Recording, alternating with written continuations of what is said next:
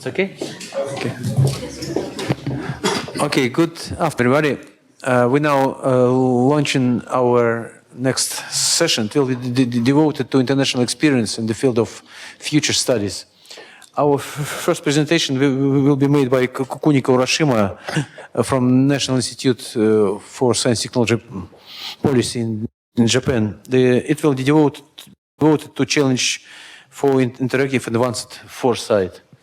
Kunico, please, the floor is yours.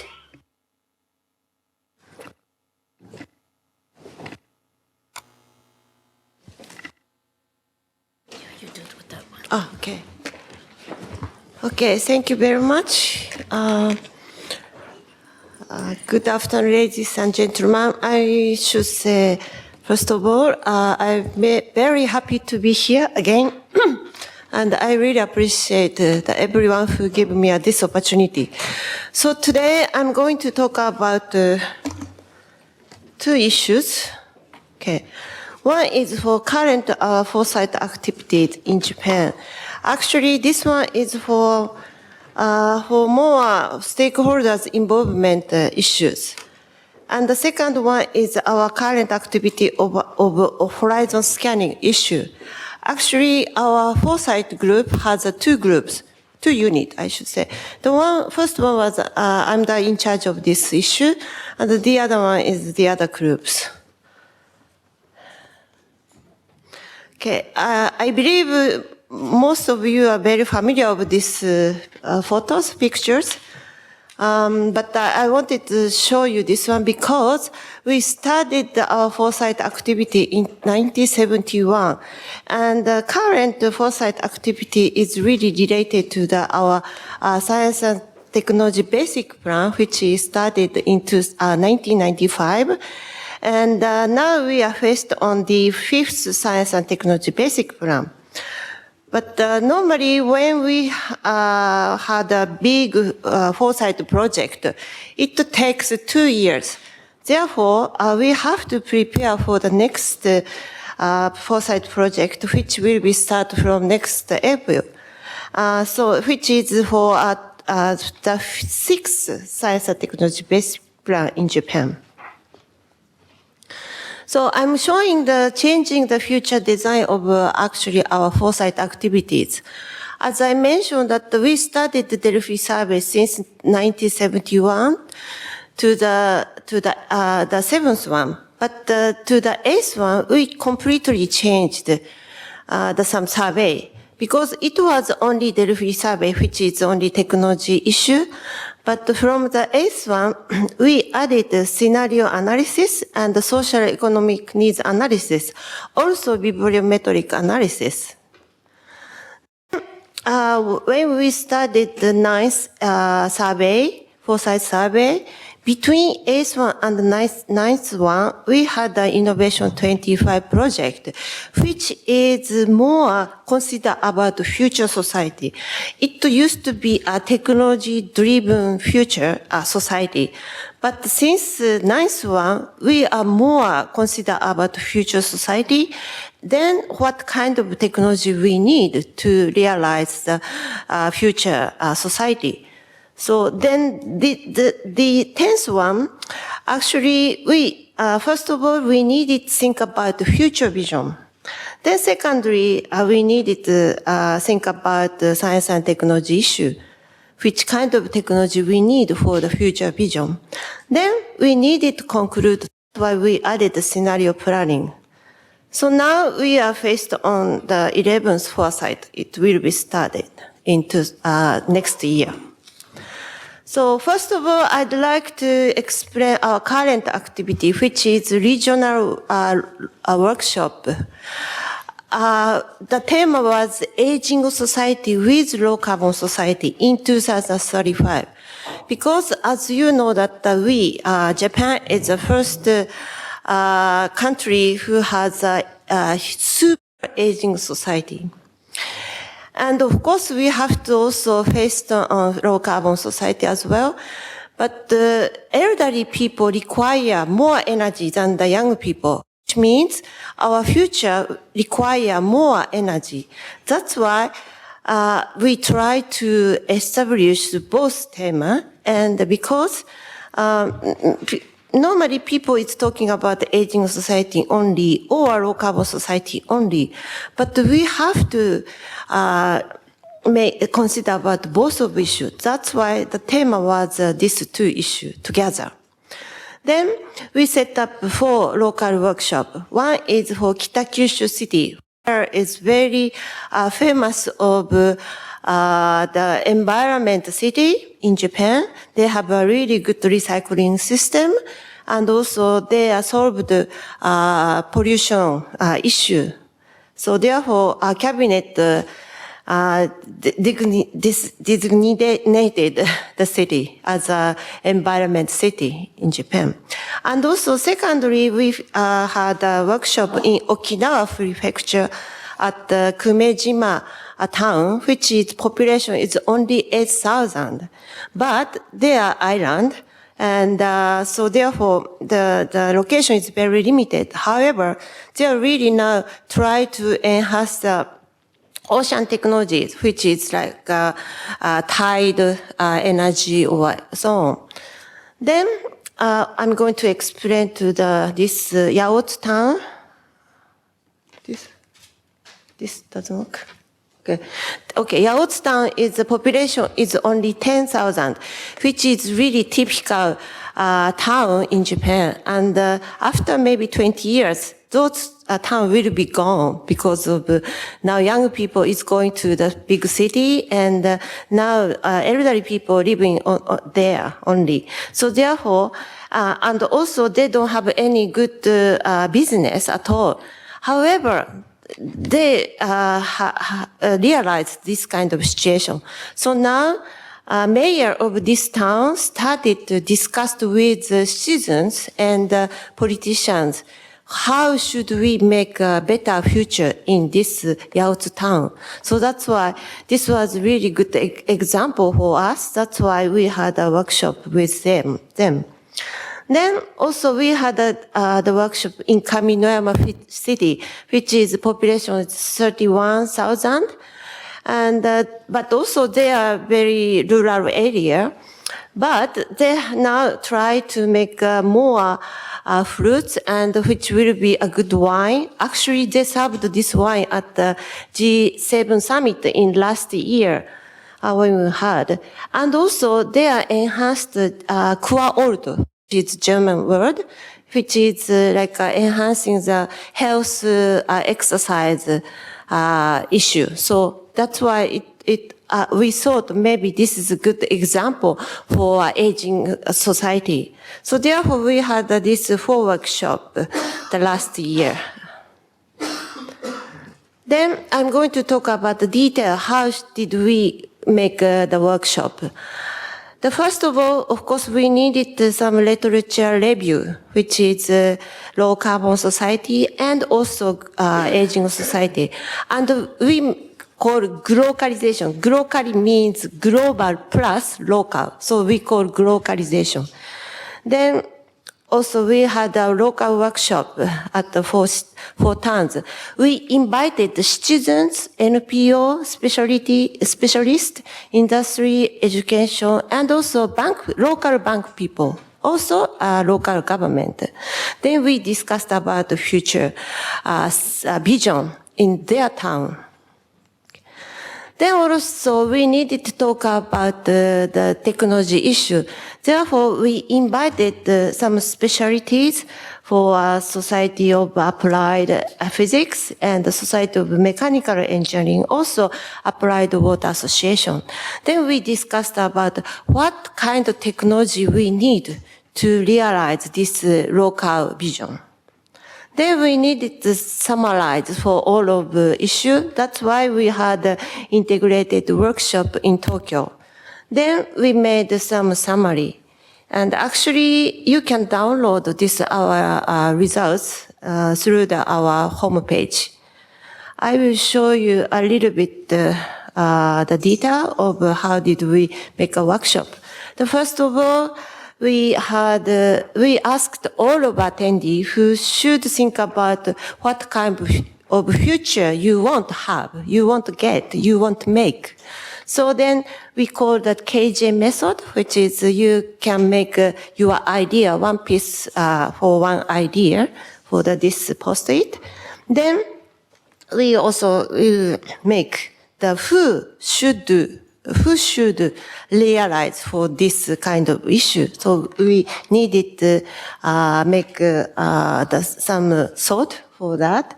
Then, sorry, this is only Japanese, but we said, okay, personally, university, government, research industry, or etc. So who should make, who can make for the future for this realization?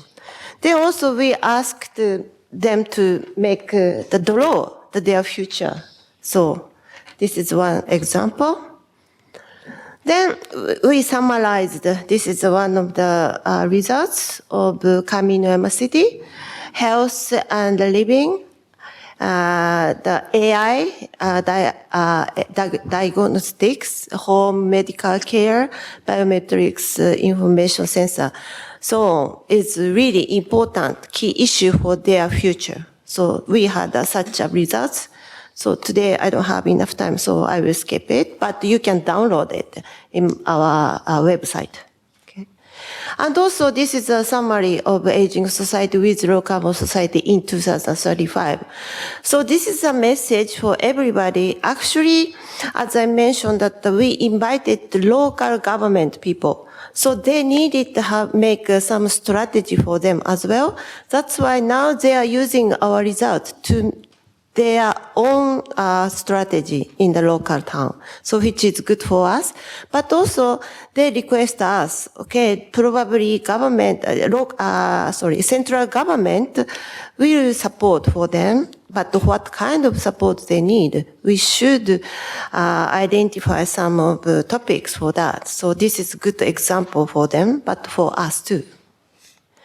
So now we are going to, I'm going to talk about this horizon scanning issue. Okay, actually we made this kizashi system, which is, okay, kizashi Japanese means like the weak signal. Actually, this is knowledge intelligence through detecting signals by assessing, scanning the horizon for innovation. Okay, we have such a circle, and we created the software by ourselves. So I'm going to talk about the detail of this. Okay. Okay. First of all, I'm going to say that okay, this we want to know what is a weak signal and what is the trend in this moment.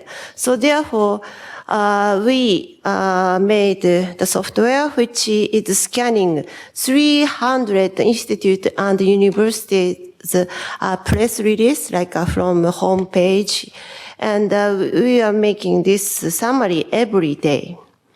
And also we are using this AI machine and as a learning system, and we can get those results automatically like this. Then we analyzed and we could get those information. Then we need make some report, and so which the expert, we are the expert. For example, my background is electrical engineer, so therefore I'm in charge of energy and environment issue. But my colleague who is in charge of medical or medicine issue as well. So we are making some small articles, and we are reviewing for that. So who has the top level of this issue, or who is the first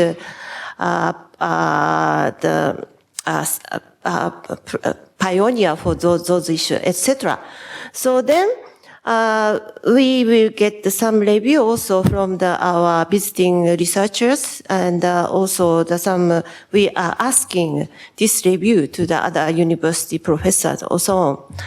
Then finally, we upload this small news to our homepage. Actually, we call Kizashi. You can see it.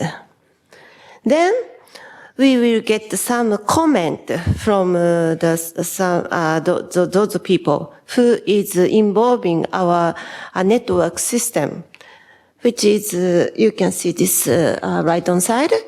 Actually, we invited all of Japanese scientists who is working for university, but also industry sector.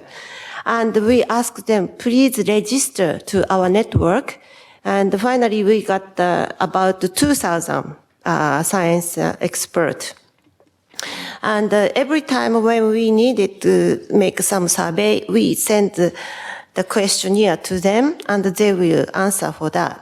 So this Kizashi system, we send all of topics to all of people. Not even if this article related to the life science, but we are sending all of these 2,000 expertise.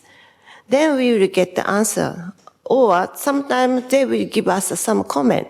So sometimes it was life science topics, but sometimes nanotechnology specialty will give us an answer. So then we can find some weak signal or some trend for that. Then actually we are also case studying for the web communication, which kind of resource is good for web communication. So this is one of summary for that.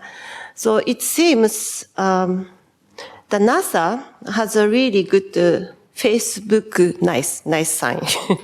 So the more than 18 million the answers, but it seems like a JAXA is our NASA. It's only 40,000. So then we knew that maybe the Facebook also a good tool, and especially I heard that Facebook in Russia is very popular. Japan, maybe, I don't know, because I'm not using it too much, so, but probably yes. So we needed to know such the data. Then we analyzed. Then finally also, because we try to induce this kind of system to our society, our institute. But of course, every time we need to consider about budget.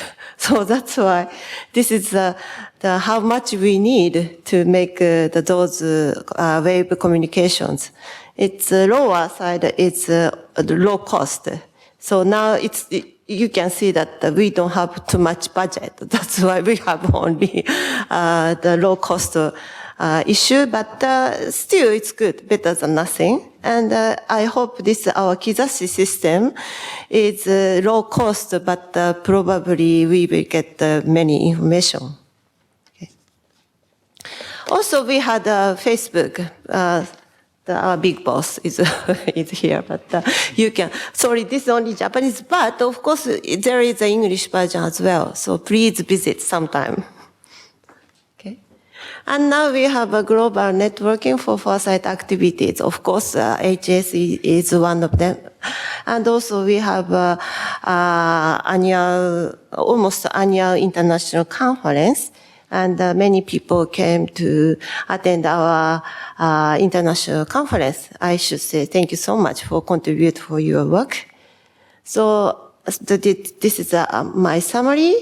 Actually, maybe I think I don't have enough time, so maybe I should skip that.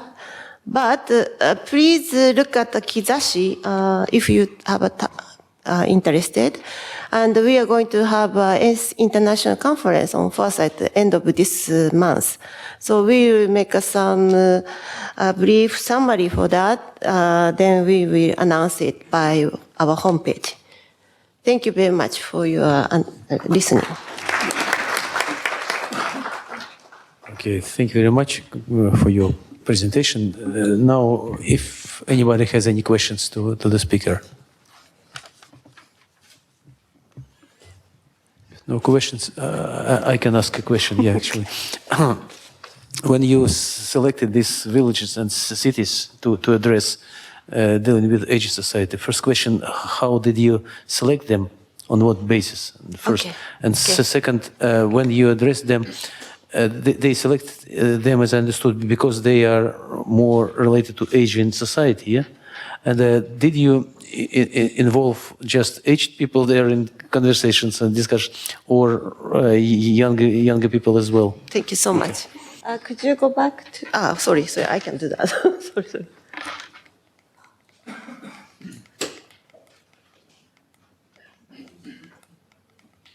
Yes. Okay. First of all, why we choose the Kitakyushu is that they have a very advanced technology for energy issue. So as I said, that this is they are the low carbon society. They already established low carbon society. Therefore, we ask them, please think about the aging society also, because they knew that the low carbon society issue, but then they never think about the aging society issue. So then Kumejima, as I said, that this is an island, and also they really try to enhance the ocean technology, which is wave or tide energy generation. Because we have a big potential for that, because Japan is an island. So if they can do that, many places will do that too. So that's why we chose those areas. And also, when we chose this for cities, it was because they don't have any big business and no local strategic plan at all. So that's why we are trying to get some new idea and the new thinking to the citizens as well. So therefore, we invited the citizens, who is not only young people, but also elderly people as well. So that's them, but the local government chose those members, because if central government made some decision or policy, but if local government is not interested in, then nothing to happen in those areas. So that's why first of all, we approach to the local government. And are you interested in our activity? They said, oh, yes, because we needed to make some strategy for the future. So this is a good chance. So therefore, they really collaborated with us. Thank you very much. So, another question. Yes, Да, please. спасибо за доклад. Один вопрос. Вы сказали, что вас интересует возобновляемая энергия, Green Energy, и указали, что она производится на территории Японии. Вопрос. Это обязательно, чтобы возобновляемая энергия производилась на территории Японии для вас? Или вас интересует также возобновляемая энергия, производимая за пределами территории Японии, ну, например, для того, чтобы вы использовали ее в виде энергетических консервов или в виде продукции, которая сделана на основании возобновляемой энергии, полученной за пределами территории Японии. Это важно или это не важно для Японии, для вас? Спасибо.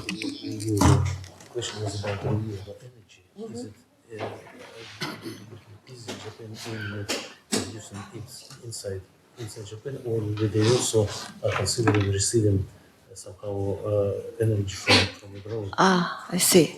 In some form. I don't know. Okay. Yes, we are trying to make more renewable energy, especially there are many kind of renewable energy, but now in this moment we are trying to enhance more geothermal energy more than the wind or solar energy, because wind and solar energy is very unstable and it's influenced by weather. But the geothermal energy is very stable, and also we have a big potential. Actually, it's number 3 in the world. So therefore, we are trying to make more this system. Is that a good answer for you?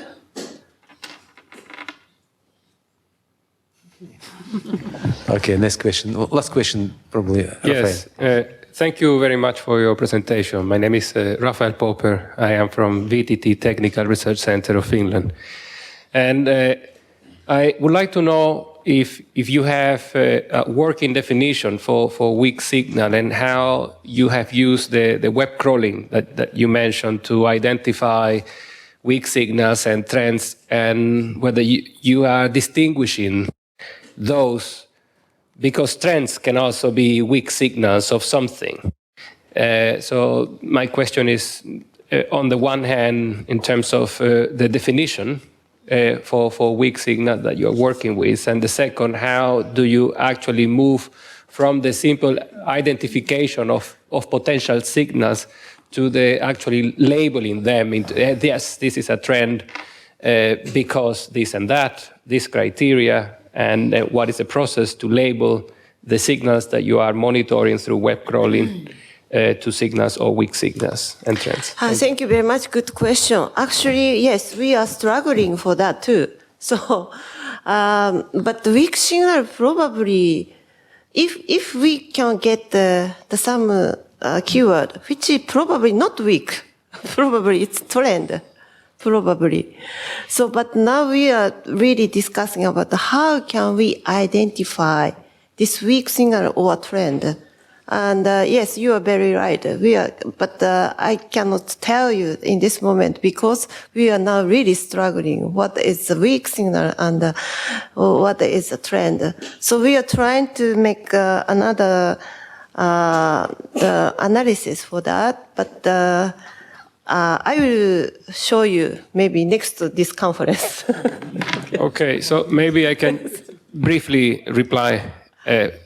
What we have been doing in the past was to assess 3 different types of uncertainties to label something a weak signal. Yes. Uncertainty about its interpretation, yes. Uncertainty about its importance, and uncertainty about its impact. So if all 3 uncertainties are present, then we are facing a weak signal. But this is the working definition that we have had in the past, and I was interested about your own. Thank you. Yeah, actually, yes. We already had such a data. I mean, when we had this 10th foresight survey. So we are trying to also combining for this weak signal and this results. Then probably we can find some kind of signal or maybe trend or so on. But anyway, I hope I can give you some new idea for next conference. Okay, thank you very much. So we're moving along our schedule. The next presentation will be made by Jose Cordeyro from the Millennium Project and the Singularity University from the United States. It will be devoted to Plan A, immortality, and Plan B, cryonics. Jose always gave us some new information which make your thinking process very active. So please, the floor is yours.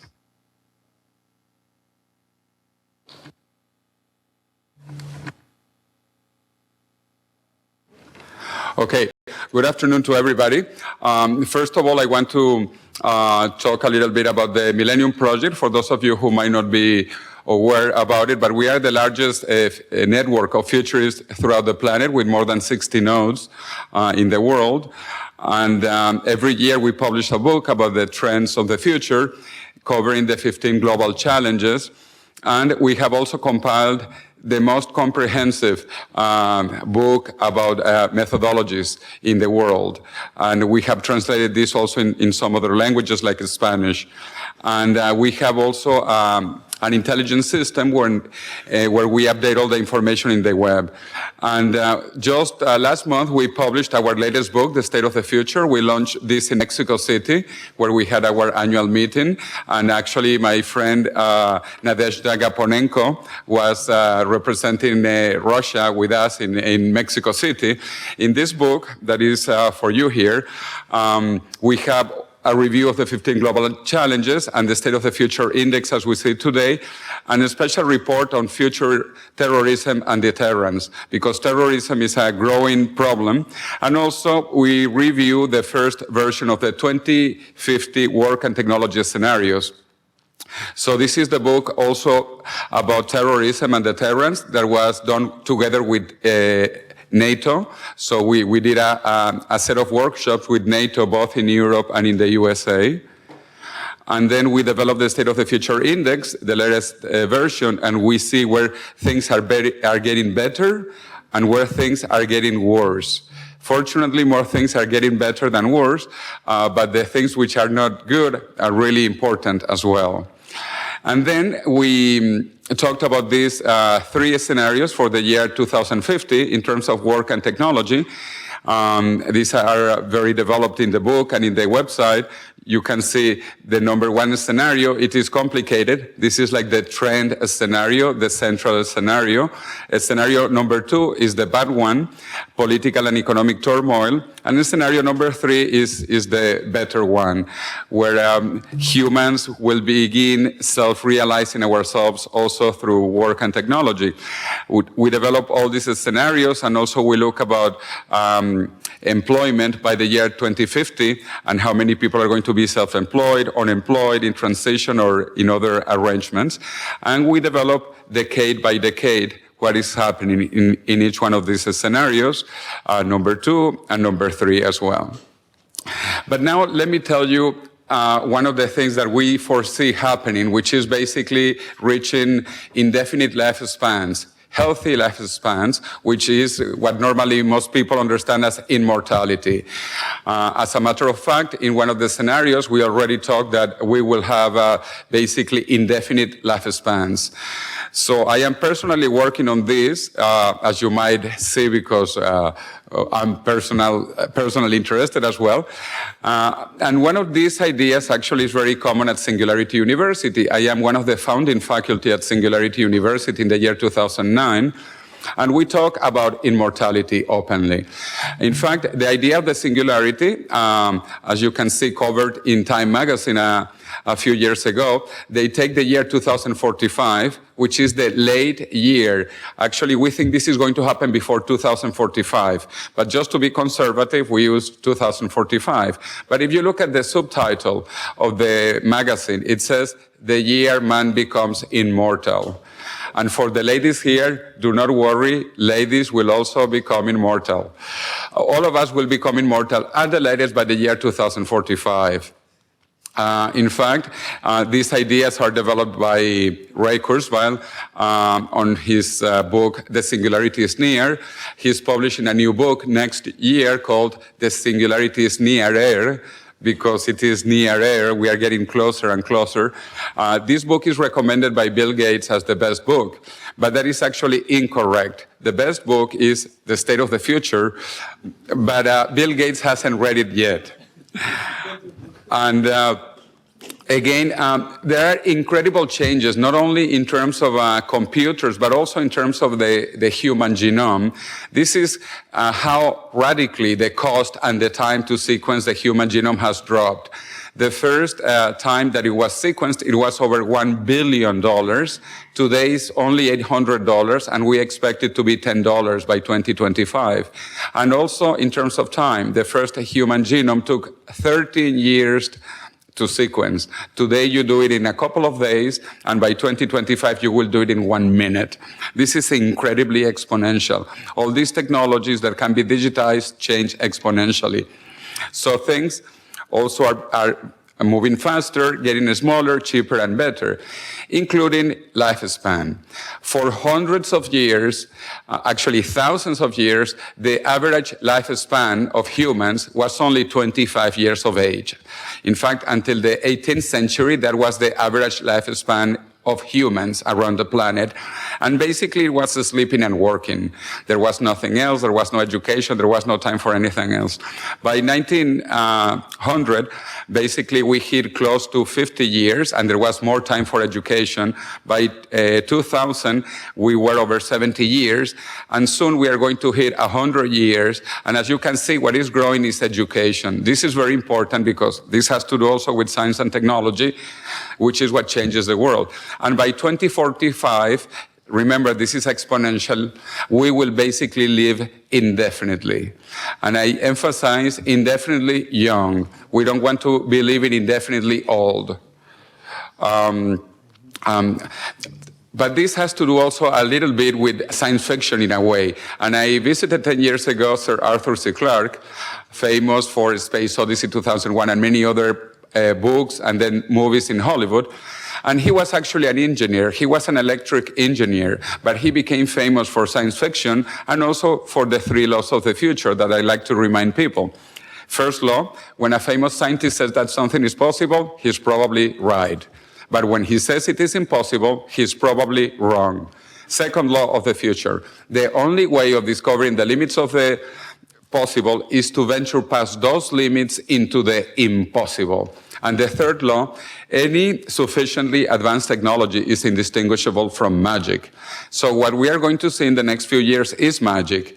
And let's just go back also in time. 30 years ago, basically we just began with personal computers. We didn't have personal computers before that time. 20 years ago, mobile phones were growing. 10 years ago, Google, Facebook, and many other companies. So what is going to happen in the next 20, 30 years? And remember, this is exponential. This is moving faster and faster. This is not linear. This is exponential. Actually, we say that aging is a disease, but it is a curable disease. One of my friends created a foundation called the Methuselah Foundation to have mice that live 1,000 years. We are doing experiments with mice because mice are very similar to humans. We share 90% of the genome with a mouse, 90%. So basically we are grown-up mice, if you want. But the advantage of working with mice is that they only live 2 years. So you can do many experiments on mice that you cannot do with humans because we die of old age, and you cannot wait to see this on humans. Anyway, there are 2 prizes, one for longevity and one for rejuvenation, which is important, not only to live indefinitely, but to live indefinitely young. In the last 10 years, since the Methuselah Foundation was created, we have been able to increase the lifespan of mice 3 times. We have today mice that live the equivalent of 300 human years. With mosquitoes, 4 times, and with worms, 6 times. Actually, today, we even know that there are immortal cells in our bodies. The germinal cells that all of you have in your bodies, they do not age. Germinal cells do not age, and they can live indefinitely as long as they have something to eat. The problem is that when the body dies, the germinal cells that are inside die with the body, but germinal cells do not age. And the same with cancer. Cancer to me is the most interesting disease because cancer is a set of mutations that stops the aging of the cell. Cancer cells do not age, and germinal cells do not age. So for those of you who think that not aging is impossible, I say, of course it is possible, and it already happens. It happens in your bodies. Your germinal cells do not age. And if you have cancer, and I hope you don't, your cancer cells do not age. The cancer that was discovered in 1951 of a patient called Henrietta Lacks. How many of you actually, let me ask first, how many of you know or did know before that cancer is immortal? Did anyone here know that cancer is immortal? Very few people. And let me tell you, this is a tragedy of medicine because this was discovered in 1951 with a patient called Henrietta Lacks who died of cancer. And the tumor was analyzed by the doctors, and while they were studying the tumor, the patient died. Henrietta Lacks died, but the cells are alive today. Those are the first immortal cells that were discovered. But since that time, we know that all cancers are immortal. They do not age. They are biologically immortal. Even more interesting, there are some species of animals that do not age. Hydras, for example, they do not age. They are biologically immortal. So this mentality finally is coming to Silicon Valley, and Google created a company 4 years ago called Calico, California Life Company. And the objective of Calico is to cure death. As you can see, there is a little technical problem called death, and Calico and Google want to solve it. For that, they have invested already over $3 billion in the last 4 years, and they will keep on investing more money. But if you don't like Google, let me tell you about Microsoft. Microsoft has announced that in 10 years they will cure cancer. How can Microsoft cure cancer now? That is not even a medical company or a pharmaceutical company. Well, because the genome actually is a computational problem. Once you can sequence the genome, you can find the mutations that stop the aging of the cancer cells. And so they have created a plan that in 10 years, they will cure cancer. And if you don't like Microsoft, how about Facebook? Because Mark Zuckerberg and his wife, Priscilla Chan, who is a medical doctor who studied biology at Harvard, they announced that they are donated all of their fortune, which are billions and billions of dollars, to cure all diseases, including aging in this generation. So this is going to happen because, as I said, aging is a technical problem, and we know it is possible to stop it because there are already cells that do not age in your bodies. So plan A is to live the next 20 to 30 years. If you survive the next 20 to 30 years, you might be able to become immortal. Obviously, this is not mandatory, and I know some people want to die. If you want to die, that is okay. You can die, no problem. No one will miss you if you want to die. But for the people who want to live, we will have the technology to live indefinitely in the next 30 years at the latest. But people will still die until that time. And for those people who die in the next 10, 20 years, we have Plan B. Plan B is human cryopreservation. I am involved also in human cryopreservation. This was also impossible half a century ago, but now this is a science that is growing that began with the cryopreservation of a sperm. Even though the first sperms that were cryonically suspended, they died because we didn't know how to reanimate it, now it is a standard procedure. And there are thousands and thousands of humans every day who are created by in vitro fertilization of cryonically suspended embryos or cryonically suspended sperm or cryonically suspended eggs. So for those of you who also believe this is not possible, I say it is possible, it already happens, and thousands of humans have been cryopreserved as embryos already. We are working on cryopreservation of different organs and tissues, and hopefully soon a human body will be able to be reanimated. We expect that this will happen probably in the 2050s. But until that time, anyway, we can cryopreserve you. And there are several centers around the planet. The largest one is in Arizona, in the USA. And the third largest one is outside Moscow, in Sergei Posad. I visited it 2 years ago. It is handled by a friend of mine, Danila Medvedev. And actually, they are getting close to 100 cryonically suspended people, including a friend of mine from Spain. Because we don't have a facility in Spain, we send the Spanish person here to Russia. So that you know, near Moscow, in Sergei Posad, there is one Spanish person having a very cool life. He's in a very cool condition. This is another friend of mine who died. He was the first cryonically suspended person in Spain. I directed this operation. This other patient is not in Russian. This was the first one. This one is in Germany. But because, as I said, we do not have yet a facility in Spain. I'm working to create one in 1 or 2 years in Spain. But in the meantime, we will use the facilities in Russia and in Germany. I organized the largest conference about this in Spain at the National Science Foundation of Spain. We had 400 participants from all around the world and 40 scientists talking about longevity, indefinite lifespans, and also cryopreservation. And I also invite you to San Diego, California, September next year, where I am organizing an event called RAD, Revolution Against Aging and Death. Among our speakers will be Ray Kurzweil, the father of the singularity, on the left, and on the right, Liz Parrish. Liz Parrish is the first human that it is being rejuvenated today. So that you know that this is not science fiction, this is being done now. And Liz Parrish we call Patient Zero, because she's the first human that is being rejuvenated with 2 experimental technologies. We do not know if this will work, and she might die. But we know that eventually something will work because it already happens in biology. We just need to replicate what biology does. I hope she does not die, but in any case, we are looking for volunteers. If anyone here wants to volunteer, please talk to me at the end. And on Saturday, I want to invite you with my students from Singularity University here in Moscow. We are going to have a conference about immortality. Saturday at 3 p.m. in the offices of Deloitte here in Moscow. All of you are welcome, and you can bring your friends. This is a free, open event so that you learn about immortality. There are going to be 6 experts, one from Germany, me from wherever. Yeah, it's hard to define where I'm from, but anyway, if you don't want to die, come on Saturday afternoon. If you want to die, do not come.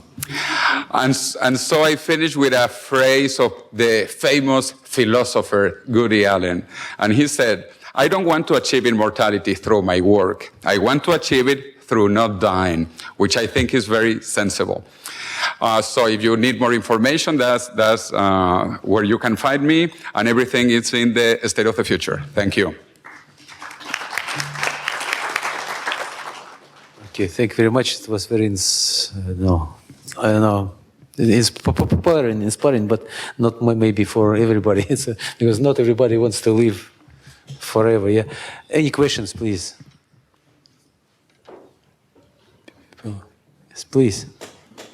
Да, хотелось бы узнать, то, что вы здесь выступаете в Москве, это замечательно и очень интересно вы рассказываете. Но хотелось бы узнать, есть ли у вас планы сотрудничества с российскими учеными, или, может быть, вы уже с ними сотрудничаете, допустим, я имею в виду не крионику, а антистарение, продление жизни, условное бессмертие.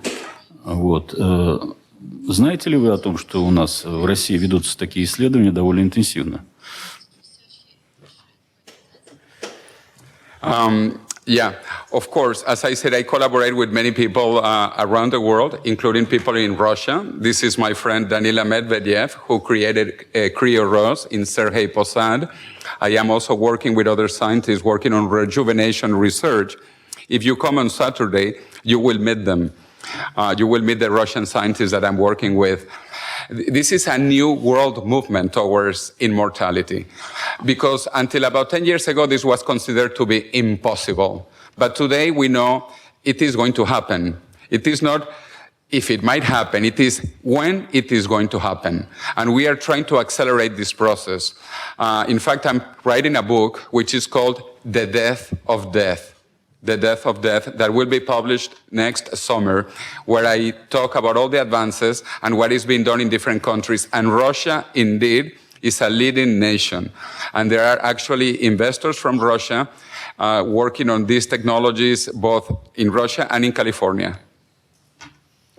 Okay, thank you. Next question. Yes, please. I have a question. Are you working on the societal and economic implication of the death of death? Yes, of course. This has all kinds of implications. Immortality has been the #1 dream of humanity, the #1 dream. Nothing compares to the dream of immortality. In fact, the first book in human history, the Epic of Gilgamesh, 5,000 years ago in Mesopotamia, is about immortality.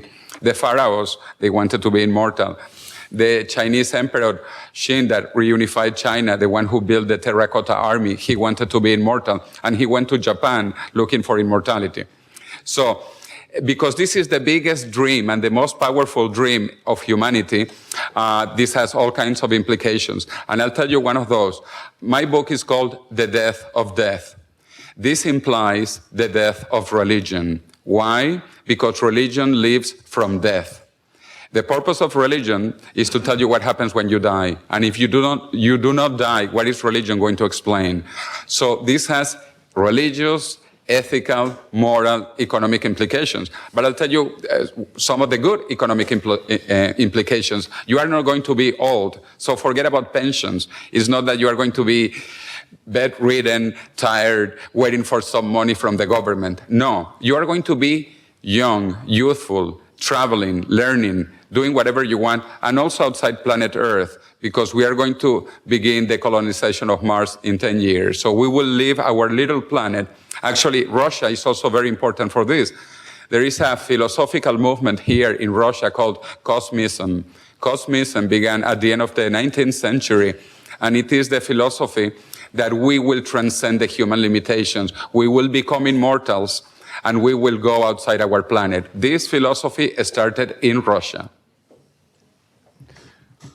Okay, please. Okay, one more question, and after that, probably we'll continue to another. Yes. Yeah, it's probably a philosophical question. In your opinion, or people working in this area, do you think everyone has the right to immortality? And meaning you're talking about the good and bad in terms of cells and so on. You have different type of humans, let's put it this way, with different values, principles, and if it's not a right for everyone, then who's going to regulate this in the future? Okay, well, I'll explain. I'm a transhumanist also. We believe in the end of the human age and the beginning of the post-human age of enhanced humans, super intelligent humans and immortal humans. So what you are talking about is in the human age phase, which will end by 2045. So what is going to happen later, it is actually impossible to visualize because it is after the singularity. After the singularity, our brains will be millions of times faster, bigger and more powerful. So there is nothing that you can compare between the human age and the post-human age, nothing. But again, this is optional. I know some people will not want it, especially for religious reasons, because religion lives out of the fear of death. And we can see today, the Amish, for example, they live in the 18th century, and they want to live in the 18th century. And there are religions who will actually kill so that this does not happen. And this is my fear. But anyway, this will happen anyway in certain parts of the world. And this is, to me, in a way, unstoppable in the next 30 years. Okay, last question was by Maxim, maybe. Maxim Kacemir, High School of Economics. You talk very optimistically about death of death, about cryopreservation, but what is the price? Is this will be cryopreservation affordable not only for Warner Buffett and Gates, but for peasant from Kenya? Okay, well, first, come to this event, okay, on Saturday afternoon. You will meet the director of the cryopreservation facility, and I'll tell you the price because it is not expensive. In Russia, it costs 12,000 euros to do head preservation forever, which is nothing. 12,000 euros forever, I don't think is much money. Anyway, you will see that these technologies are actually very inexpensive. These technologies are not expensive. In fact, when they begin to be democratized, they will be cheap, very cheap, like mobile telephones. And why? Because our human bodies are cheap. We don't cost more than $100 in raw materials. Your body is not $100. Therefore, to keep something that is cheap indefinitely will be cheap. We don't know how to do it now. That's the problem. But we will in 20 years. Okay, thank you very much. It might be very, very long discussion. I guess. Yeah. $102. Okay. Thank you very much. I have my own questions, a lot of them, but we'll finish at this point, maybe stop at this point, and because we need to move to our last presentation of today. It will be made by Professor Banu Onaral from School of Biomedical Engineering, Science and Health Systems from Drexel University of the United States. It will be about our intelligent future, a window of opportunity for emerging economies. Please, Banu. Thank you very much. It's almost impossible to talk after such a conversation. And I have to tell you, I'm not coming this Saturday, and I'm not leaving this planet dead or alive. And if I, for some peculiar reason, get to be frozen, do not reanimate. So you all are witness to this. Because I have a question, it has nothing to do with this, but what do we do with the old-fashioned, entrenched, outdated ideas that in the heads of the older people. Trust me, I'm an old person, and I would like to be done with soon so that the young ones can take over and I can truly leave the evolution to them. You see, so there are a lot of deep questions to be discussed. It's not a physical issue because I'm a biomedical engineer. I totally understand what you're saying, but there is this mind that is sitting in this body. And that mind actually is not something that you preserve with its ideas. And the ideas can kill, literally. So you stay alive, but you kill the young people, the next generation. But in any case, now we're going to come down to earth. I hope it's not too much of a letdown for you. I had called my talk, and I had a presentation. This was called Our Intelligent Future, a window of opportunity for emerging economies. And after the Chinese Communist Party 19th Congress recently, I decided I'm not going to make a presentation. I'm just going to remind you that something huge has happened. One of the emerging economies, China, has now enshrined in its constitution that amazing paradigm shift in their history of 4,000 years. They've always been a non-global culture. Now they will go global, and Xi Jinping's words, the president's words, now are codified as China will change the world order. It's not a proposition anymore. It's not an if, it's when. So I changed the title when I signed my abstract, but the programs were already printed, I think. Emerging economies poised to shape the global future.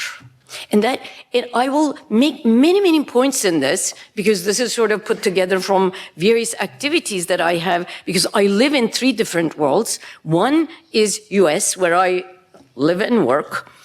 I don't live but work in China. This is 17 years now. And in Turkey for the last 10 years, when the country sort of came out of its sort of funk and started talking innovation. So I also landed in Turkey, which is my home country.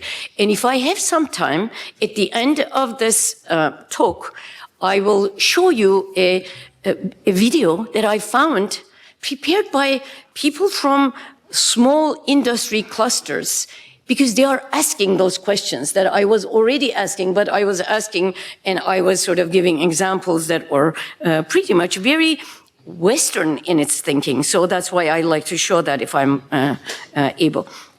As you can see, I'm a veteran scientist and engineer, and I was born in Turkey, and I practice in the United States, but I actively maintain academic and innovation partnerships in China and Turkey. So I have sort of a license to be speaking about different perspectives and sort of seeing where the world is going. And what I like to say is that these economies, these emerging economies, are now, I used to say poised, but now they are beginning, I should say, to shape the future technologies in their own image, mold them with their own values, express their age-old philosophies and traditions through their innovations, and change the world for the better together with the rest, which is the developed economies. And that is really a big challenge, because all my life, at least in the last 20 years, I have been dealing with these partnerships, especially in frontier research areas and innovation and product development with emerging economy working with developed economy, which is a very, very difficult construct. But in any case, let's sort of all agree, I think to this moment have agreed that we are literally at the threshold of a very brave new era. Yes, we may be immortal too. Maybe. I'm not sure. Maybe we will commit suicide or something.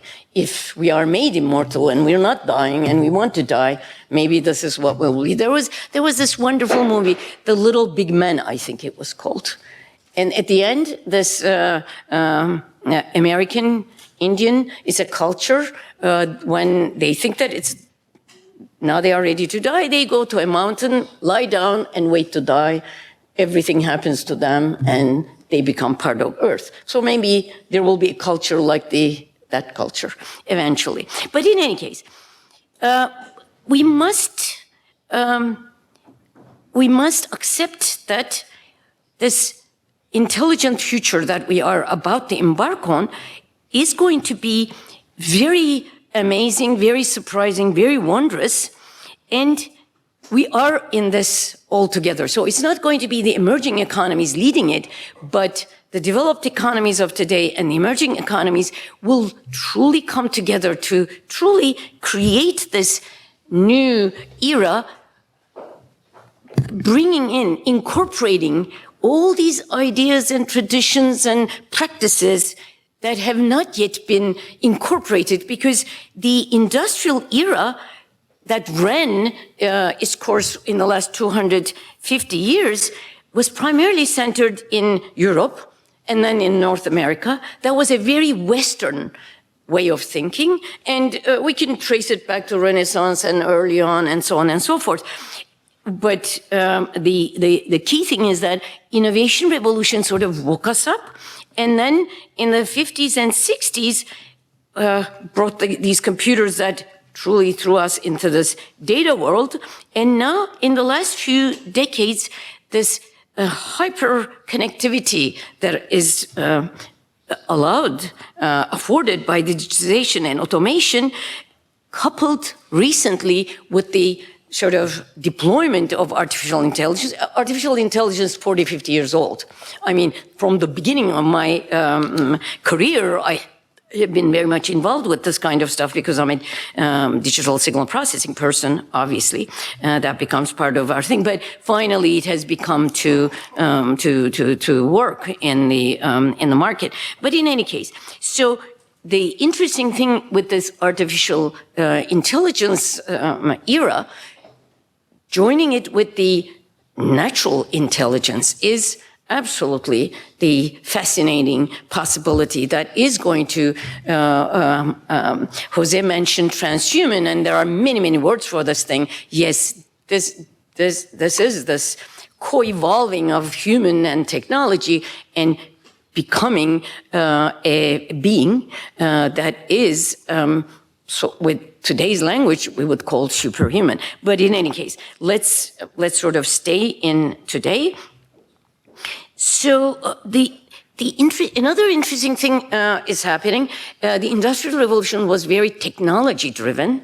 Now, more and more, with this digital revolution and the ability to connect the body and the brain to the digital domain, we realize that human-centered technologies can also emerge.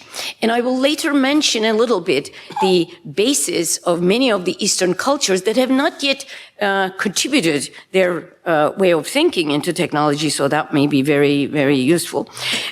And this is happening so fast that many of us are literally not able to comprehend the change, but something is very, very clear. In this age, minds are rather the minerals to create value for society and the economy, and human capacity is the real asset, and the brain cells count as the new gold nuggets. Human smarts are the new currency. So when you think of this, think of the abundance of it all over the world, including the emerging economies. So as the technology-driven economic development of the industrial age yields to the human-driven solutions and social innovation, the power of the human mind and the human spirit are set to tame the physical, the machine, and the artificial intelligence, if you want to call it that way, in the service of humanity. So we are at the beginning of the rise of a new era for humanity. I called it in one of my TED talk. I think it was in Ankara, Turkey. I didn't call it that way, but I said, if you want, call it Humanity 5.0, because I was talking Industry 4.0. And then it sort of stuck. Doesn't matter what we call it, but it is the humanity that is going to be literally branding this era. And this is going to be the hallmark of what I call sometimes age of the mind. This new phase in the march of humanity is therefore marked by the fusion of natural and artificial intelligence, integration of the physical and biological power and robotic mechanisms, all hyperconnected by gushing digital data. So imagine it's a closed loop. Technology in this realm complements, enhances, and augments the human. We co-evolve. The animate and the inanimate begin to merge. And this is what I think you call transhuman. As the human body, brain, and behavior become central to the concept, design, and operation of next-generation systems, the human-technology convergence foretells an unprecedented growth spur. And that those visionaries and action people such Elon Musk are feeling it, and all our colleagues in Singularity University are feeling it, calling it in many ways, but they also have a certain trepidation because they do not understand, like those of us who are studying the human, though we may be scientists or technologists, the human element is an amazingly potent element. And that element is capable of not only imagination, not only dreams, but it's very capable of totally reinventing itself. And that could be, it would take the path that Jose mentioned or the others, but the key thing is that our sort of trust and our respect and admiration for humanity is going to return.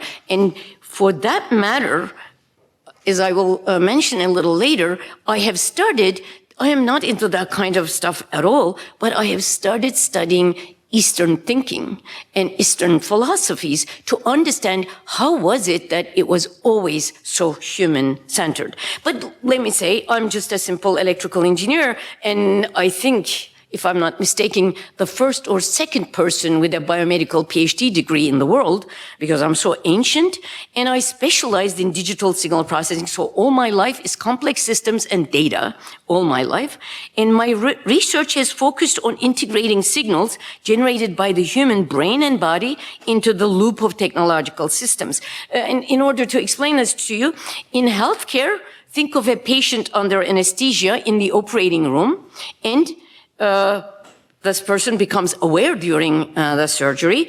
In case of heightened cognitive activity, the brain-in-the-loop system alerts the surgeon while adjusting the dose on its own of the anesthetic agent to maintain unconsciousness at the optimal level. This is one of the many, many applications, obviously, my group and many of our colleagues work on. In aviation, you can think of a jet pilot in a smart cockpit where her brain state and the cognitive load are known to the aircraft and vice versa. Since both the pilot and the aircraft are aware of each other's state, they complement and compensate each other to achieve highest performance possible. Think of a high-performance jet and think of a mission-oriented operation and how superior that synergistic partnership would be. You can also think of smart simulators that adapt to the learning style and speed of the training pilot or the student. In business, which is where most of our activities are going these days, you can think of a decision support system that is sensitive to the investor's state of attention and working memory such that it provides the right type of data at the right time, in the optimal amount, to gently guide her toward the winning decision. Now, that is obviously very easy to deploy. There are not many regulatory processes that stops us. But you can think of many, many human-machine teaming paradigms that will ensure safe, effective, and efficient new systems in all facets of our lives while we learn, work, or play. By the way, for those of you who may be interested, my team includes Dr. Ayaz, who is one of the leaders of this neuroergonomics movement that is sort of pushing the frontiers, including human factors, brain factors, ergonomics and usability studies, very practical, technical things, but this neuroergonomics is sort of bringing all industries and all solutions to one platform. And the second conference will happen June 27 to 29 in Philadelphia, actually on our campus. In any case, the time is opportune for those societies that are heirs to belief systems that hold human condition central to their existence. Often referred as inward cultures as opposed to the Western cultures. Humanistic and rationalistic philosophies, religions, traditions, and practices have primarily risen in the East. You can think Hinduism, Buddhism, Confucianism, Sufism in the world of yogas, lamas, and whirling dervishes. Now I'm coming finally to the point. The question is, how will the world, and in particular emerging economies, fully participate in and leverage the benefits of the new era to create a world at peace with and at the service of humanity? But more importantly, will the developing economies contribute their vision, values, outlook in designing novel products, systems that address their needs and wants rather than passively adopt or adapt technologies developed in a cultural, social, and economic context unlike their own? And this I hear more and more when we're working with my colleagues in China. And I'm also hearing it in Turkey. If I have time, I will show you that video. But I find it more urgent that the emerging economies take initiative and feel responsible for shaping the new social and economic world order. China's One Belt, One Road initiative is one such promising trendsetter that begs to be mentioned here. In modern times, steady long-term commitment and investment in basic sciences, scientific discovery and education have driven the miracle machine of technological development primarily centered in the West. It is now the turn of the rest. We must join in, and when I'm thinking of myself as a Chinese or a Turk, not so much as an American, I'm saying we must certainly join in and invest generously, consistently, and continuously in the intellect of the next generation, the most abundant capital possessed by any society.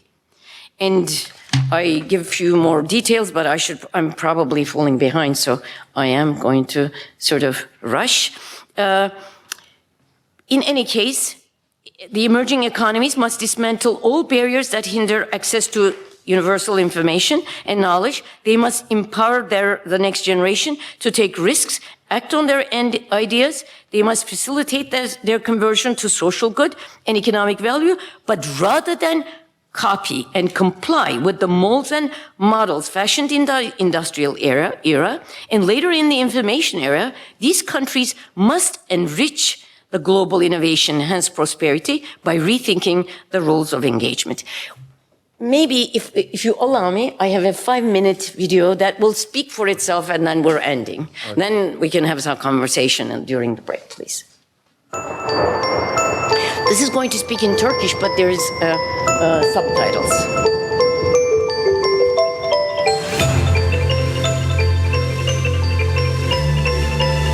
...21. yüzyılda teknoloji, tüm insanlık tarihinin toplamından kat kat fazla bir hızla gelişiyor.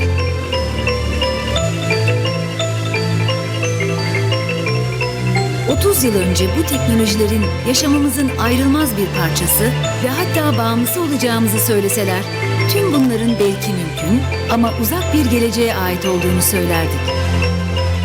Tıpkı bizden 80 yıl önce yaşayanların da bunları söylediğimiz dönemde kullandığımız teknolojilere şüpheyle baktıkları gibi. Bugünse hayal sınırlarımızı yine zorlayan, endişe ve merakla karşıladığımız ancak işaretlerine baktığımızda mümkün bir gelecek fotoğrafı var karşımızda. Deniz altında ve uzayda seyahat normal. Ayda oteller açılacak. Filmlerin hepsi animasyon olacak. Transparan duvarlar olacak. Aldığımız teknolojik aletleri yeniden tasarlayabileceğiz. Bulaşık yıkama ve saklama derdi ortadan kalkıyor. Tek kullanımlık cep telefonları hayatımızda. Vücudumuzda yeni organlar geliştirebileceğiz. Işınlanma gerçek olacak. Kasırgalar kontrol altına alınabilecek. Mucizevi robot kıyafeti. Görünmez olabileceğiz. Çizimlerle etkileşim kurabileceğiz. Körlük ve sağırlığı ortadan kaldıran elektronik aletler gelecek. Gök taşlarıyla madencilik yapacağız. Televizyondakileri sadece görmeyecek, koklayacak ve dokunacağız. Arabalar şoförsüz seyredecek. İnsan ömrü uzuyor. Evrensel para birimi kullanacağız.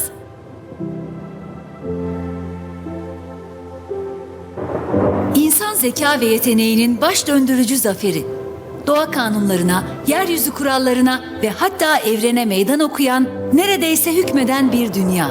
Sanayinin 4. devrimi. Peki gerçekten yaşanabilir bir dünya mı?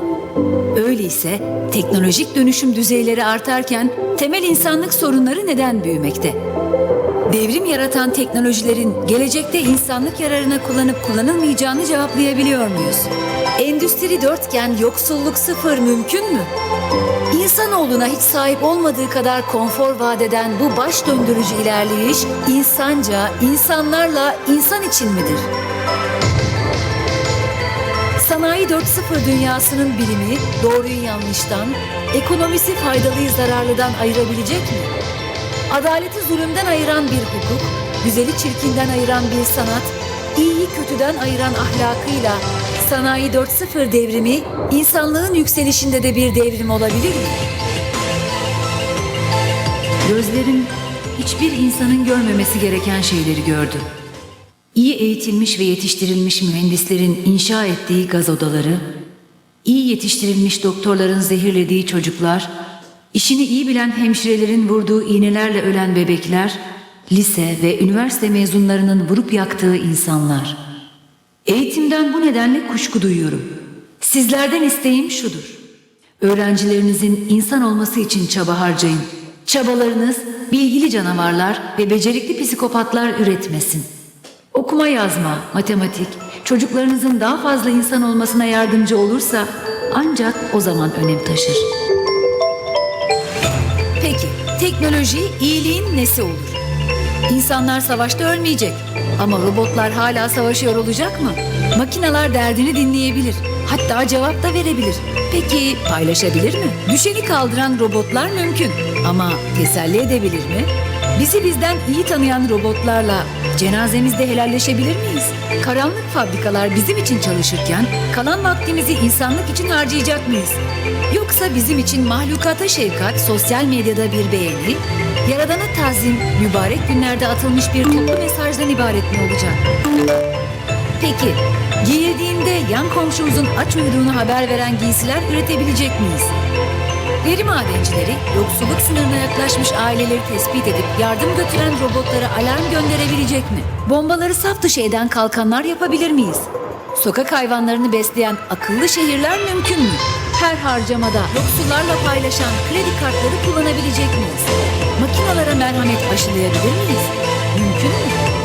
İnsan tarafından, insanlarla, insan için teknoloji mümkün. Sen yaparsan mümkün. İçine iyilik koyarsan, teknoloji senin iyilik meleğin olur. Ve şüphesiz dünyayı iyilik değiştirir.